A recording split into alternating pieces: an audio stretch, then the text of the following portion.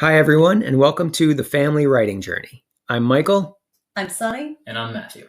We're a dad, a mom, and a teenage son. We each recently took up fiction writing. We're definitely not experts, but we hope you'll enjoy hearing about our journey and maybe get inspired to start your own. Hi, everyone, and welcome back to another episode of the Family Writing Journey. In this episode, we'll be talking about plot development. I'm really excited about this because this is really interesting to me at this point. I wish it had been more interesting sooner.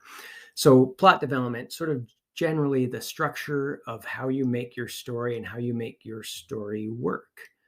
I think for me, this is exciting because I'm doing something slightly different here. But first, let's go to... What do you mean you're doing something different? We'll go to me.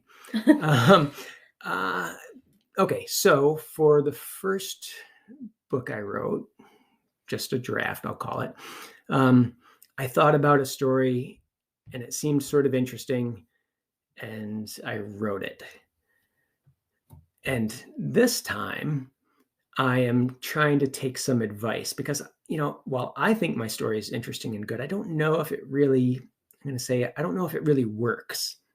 Yeah, and your first book, if I can say it, was a little strangely structured.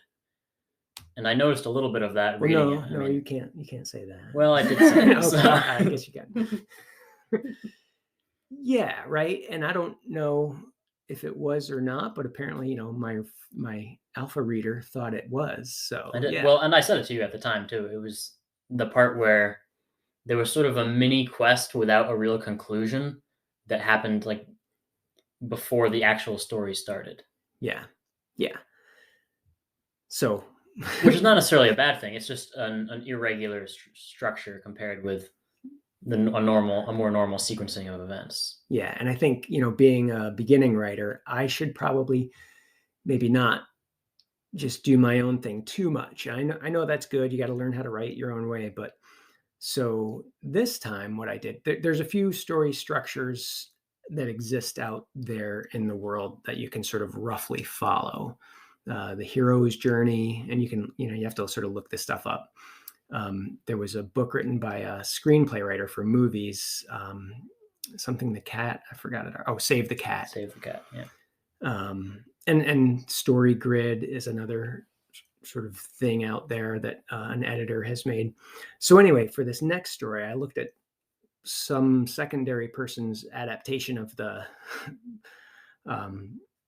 Save the Cat plot structure summary, which sounds very convoluted. But anyway, I got an idea of how to structure the plot. So I'm doing this next story that way. So, but you interrupted me. I didn't want to get that deep yet with your questions. No, that's good. And I'm kind of in the same place in a way, because my first drafted short book was the same. I just was following Matthew's advice to just have fun, write a story, do whatever I wanted to do and not worry about it. But with the draft that I just started a month or so ago, like you, I kind of started with my own stuff, but then I compared it to a few ideas that I found online in terms of how to structure the plot. And it's a little different when you think about it like that. So Matthew, you seem to go your own way. I haven't looked into plot structures and chosen one to sort of model the events of my story off of, but I think a lot of it is sort of there anyway, just unconsciously based on books that I've read, and it shows up in my own work. Yeah, I think that's true. And especially, I know we've talked a little bit about genre expectations, but you read a lot of fantasy. So I'm guessing that somewhere in your mind, you have a general idea. Right. My first book is sort of, has a heavy quest element, and I've read a lot of books that have quests in them. So there's obviously similarities between the structuring of my book and the structuring of books that I have read. So Dad and I just said that with our second books that we're just starting now, we kind of went back to the drawing board and tried to compare our ideas to a structure. Yeah, I didn't do that. How come you didn't? I don't know. For me, writing is still just fun. It's still just sort of a side hobby that I do without trying to market to a particular group of people or trying to create an amazing, perfect book. So I just don't really worry about that, because I think if I did worry about that, I would feel, even if it isn't necessarily true, I would feel like my creativity is being impinged by a structure. You don't want to be stifled by structure. Right, which I'm not saying that you guys are. I'm just saying that's how I would feel, and it would mess up my process. And it's hard to say. I started my draft, and I did definitely write a pretty in-depth chapter outline for the book I'm working on currently. And I didn't look at a formal plot structure until after I had already drafted it. But then I went back and sort of looked and thought, okay, how do my chapters match up with, some of these ideas?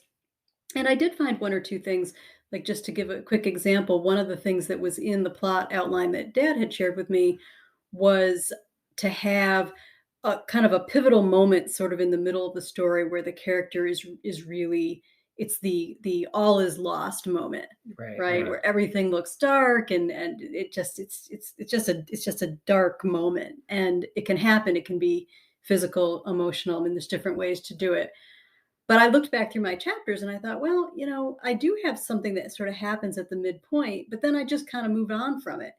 And it did seem like it was a natural point to have this dark moment for the character, this kind of all is lost moment. And so I ended up adding a chapter, or maybe just a scene that pulled that out. And I think it made it better. I don't think I would have thought to do it, but I think the structure gave me an idea that, Yeah.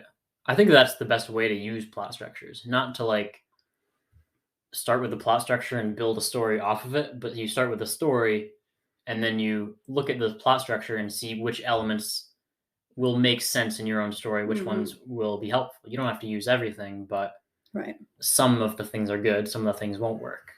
And I was honestly surprised how much my chapter outline, which was pretty detailed, but it matched up fairly well with the plot structure that you and I were looking at.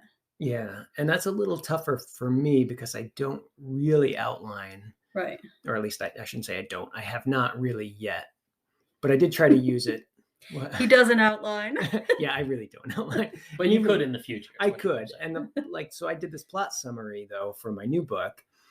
And I did look at that at sort of a rough structure. And I sort of tried to get some of the points in there. Now, of course, I've already sort of strayed as I started writing. Oh, by the way, instead of saying that I'm a pantser, we're saying that I'm a, what's it called?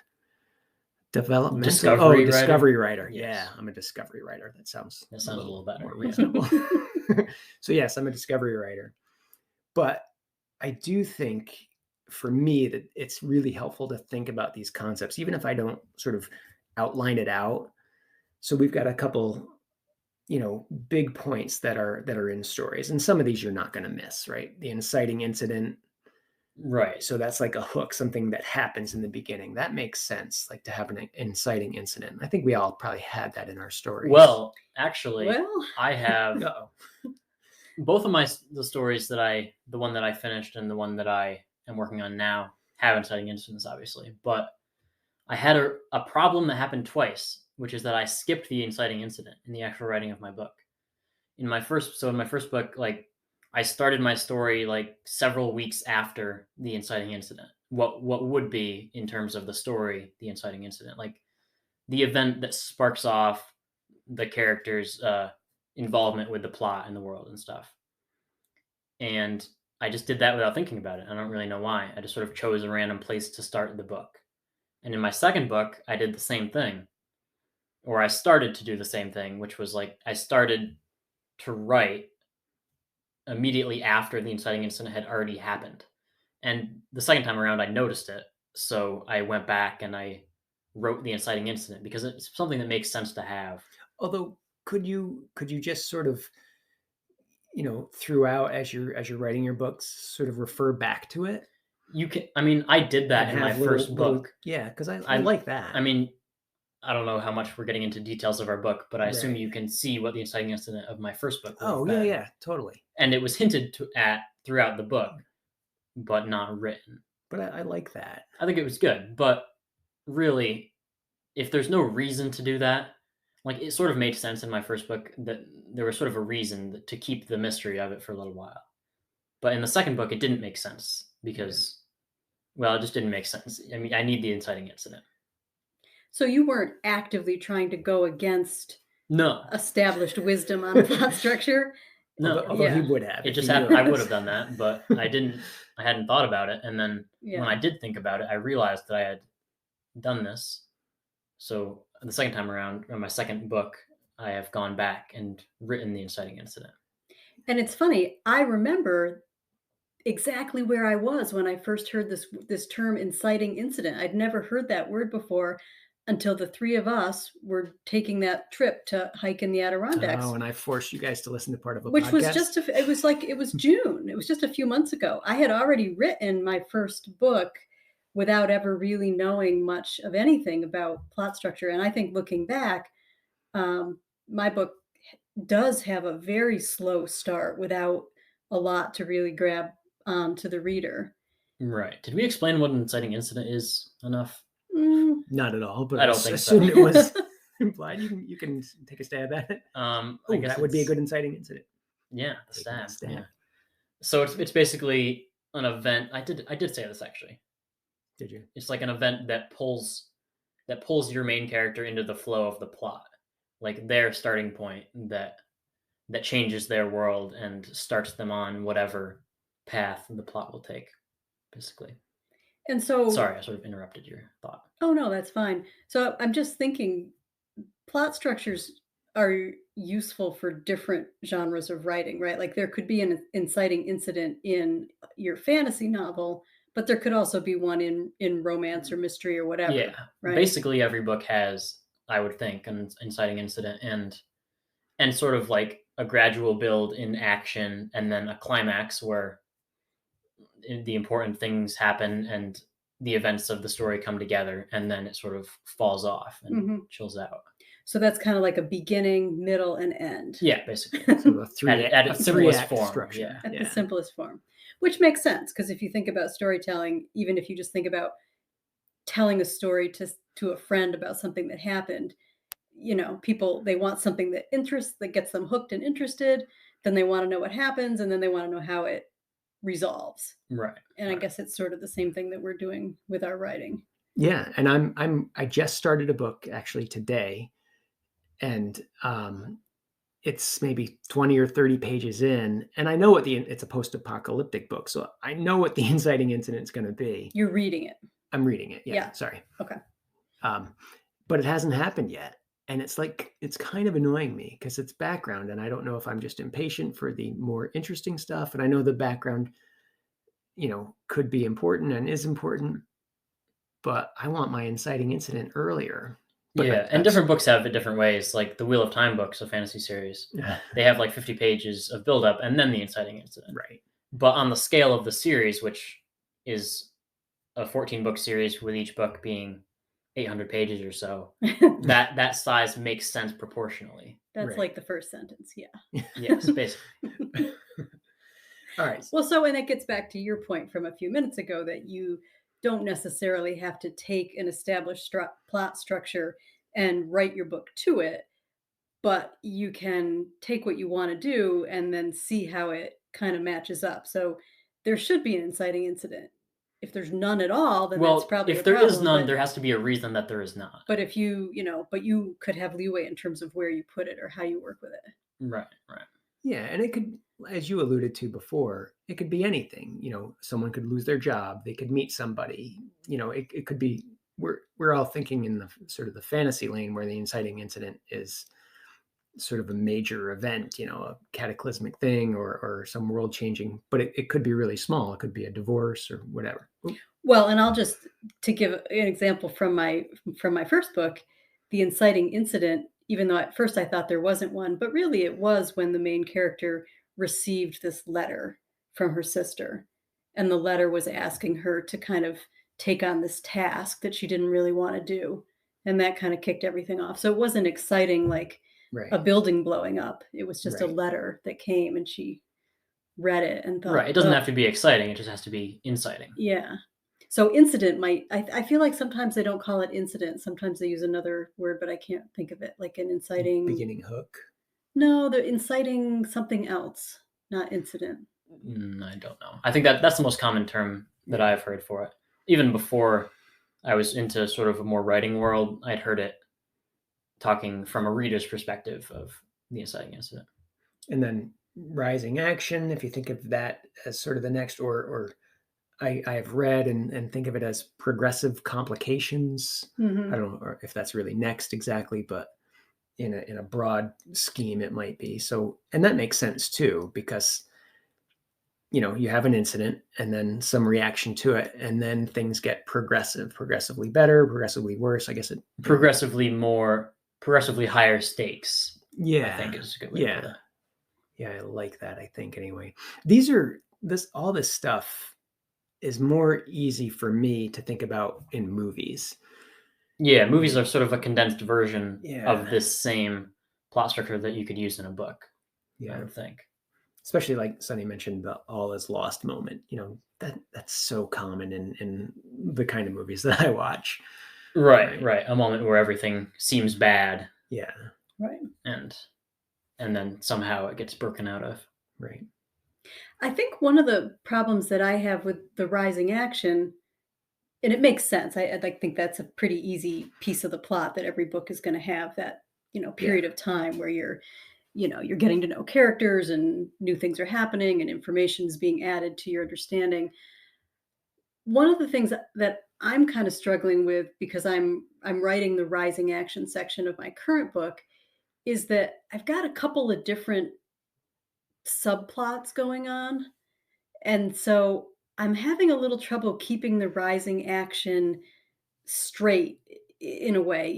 I have to keep following different characters and different subplots, and I'm trying to sort of eventually bring them all together.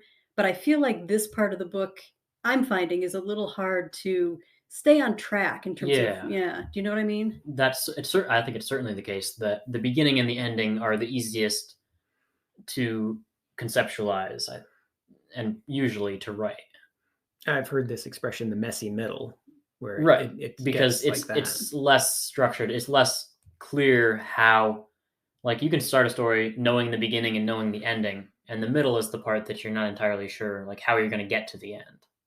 And I guess one thing, since we're talking about plot structure, I sometimes feel like the plot structures are good for looking at the progression of your primary plot, but they don't always take into account that you've got multiple subplots, and Yeah. and some of the subplots, they don't resolve necessarily on the same time frame as the main.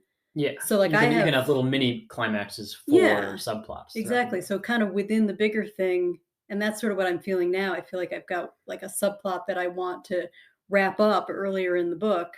So it's kind of progressing at a different pace than the overall plot. Although a lot of some authors, and I think this is a common thing, like they bring their subplots. The subplots all come together and are concluded with the climax. Like Brandon Sanderson does this really well. His endings are spectacular because he has so many threads, but they all sort of converge at the end and are resolved. Hmm.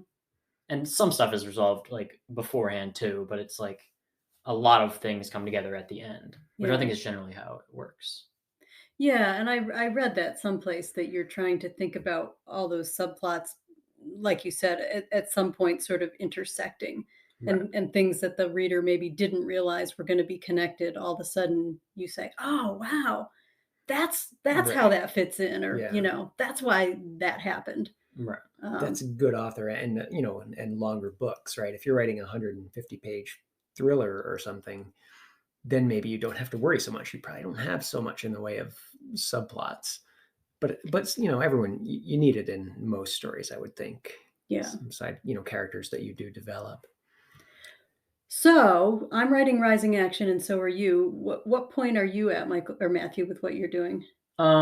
Yeah, I'm sort of in the middle too, the rising action.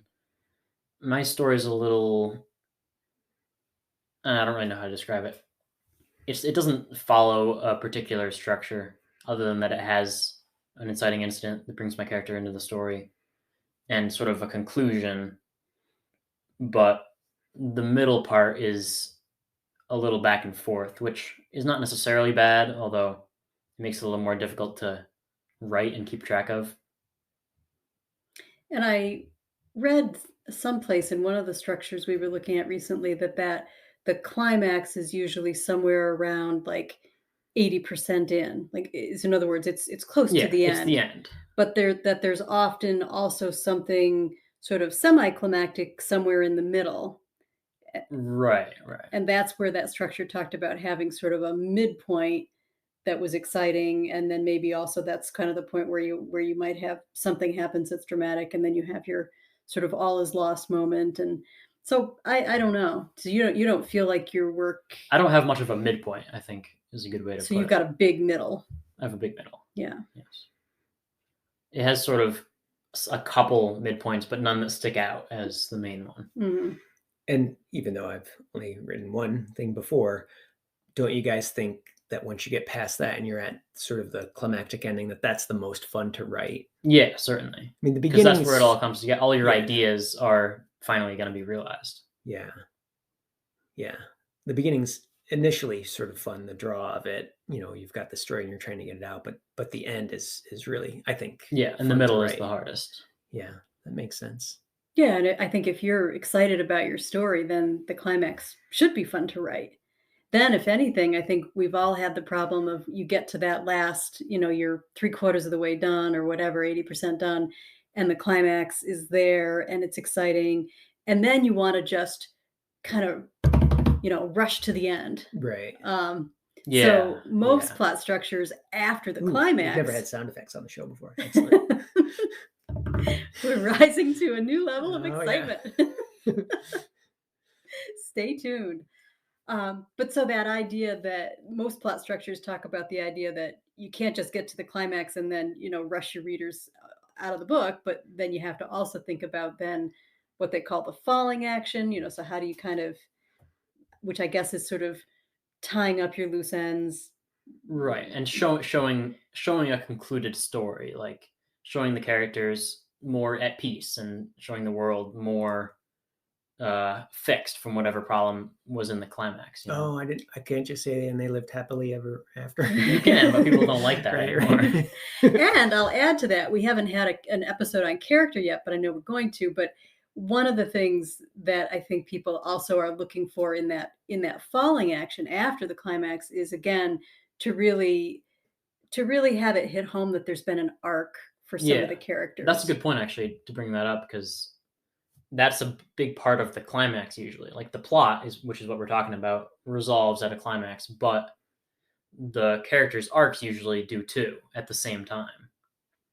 Right, because a lot of times the character, some problem that you introduced way back at the beginning, then is whatever, really brought out or Right, there's like a big moment where challenged. they have to face down a personal flaw or something like that. Right. And so the reader isn't going to feel great about the story and the plot structure if you don't give them that falling action, enough time to kind of process not only how all the loose ends tie up, but how the story comes together, like you said, Matthew, but also how the character. I read someplace how the character processes. That you really should literally be able to look at almost your first and last chapter or close to it, and really see clearly where the main character started and where they ended up. And I know it's a little simplistic, but that when people feel really satisfied with the story, it usually has that idea. Who knew there was so much cool stuff to think about with writing? I mean, I guess a lot of people knew, but I didn't know any of that. I know. Well, and it is true. I think it bears saying again that when we started this less than a year ago, we were just totally winging it. Matthew was at least intentionally winging it. Right. It was a conscious choice. Right. But Michael and I mean, we just had zero idea what we were doing. Yeah. And so we were just kind of doing it.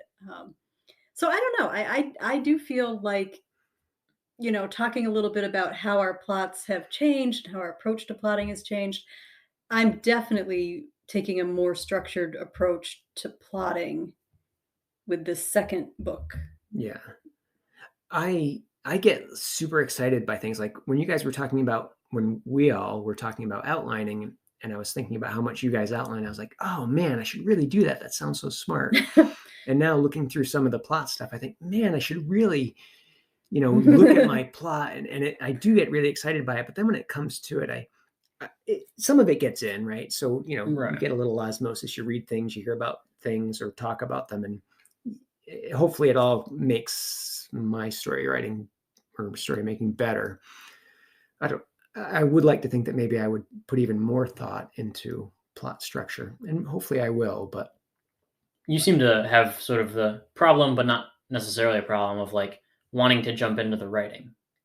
Like yeah. that's the fun part to you. You don't want to do extensive outlining because the story is what is important to you. Yeah, the outlining feels like homework. It's true. Yeah, yeah. And I like the extent. I'm doing much more extensive outlining this time, and I feel like my story is going to be much tighter. It doesn't mean that there's not discovery, because I mean there's still characters that have just sort of come out of the blue that I wasn't planning at all. isn't that cool? Which is Yeah. really cool. That's Yeah. like the story kind of emerging. But for me, it definitely, thinking about plot brings me back around to some of our conversation about outlining and just how much structure you like to bring to your writing. Yeah. And kind of where you like to put the work, because I spent a long time up front, but now that the writing's underway, it flows more smoothly. Yeah. So you think you're liking it and going to continue to do it. I think I really like it and I might try to do it more. Matthew? I don't know. I think I could learn more about plot structures, but I don't really think that I'm going to implement them fully. Like I can see it would be good to know what the plot structures are and see how your story fits into it and like which parts of it will work best for you, but I like the less structured style of writing. Like I'm good with outlining, like your own story and your characters and your world and whatever. But looking at a structure for the plot doesn't feel as good to me because I don't know. I don't want to be forced into doing something just because I think it is the way that it should be done. When like some of those things could be useful, but it's not all necessary all the time. Yeah. Well, I think it's a good reminder that there's a lot of different ways to approach it and still have fun with it. So yeah. Well, very good. I think we'll wrap up for the day. This was a great episode. I know I'm going to keep thinking about it a little bit. So thanks for joining us today and good luck with your own writing journey. thanks, everyone. Bye. Bye.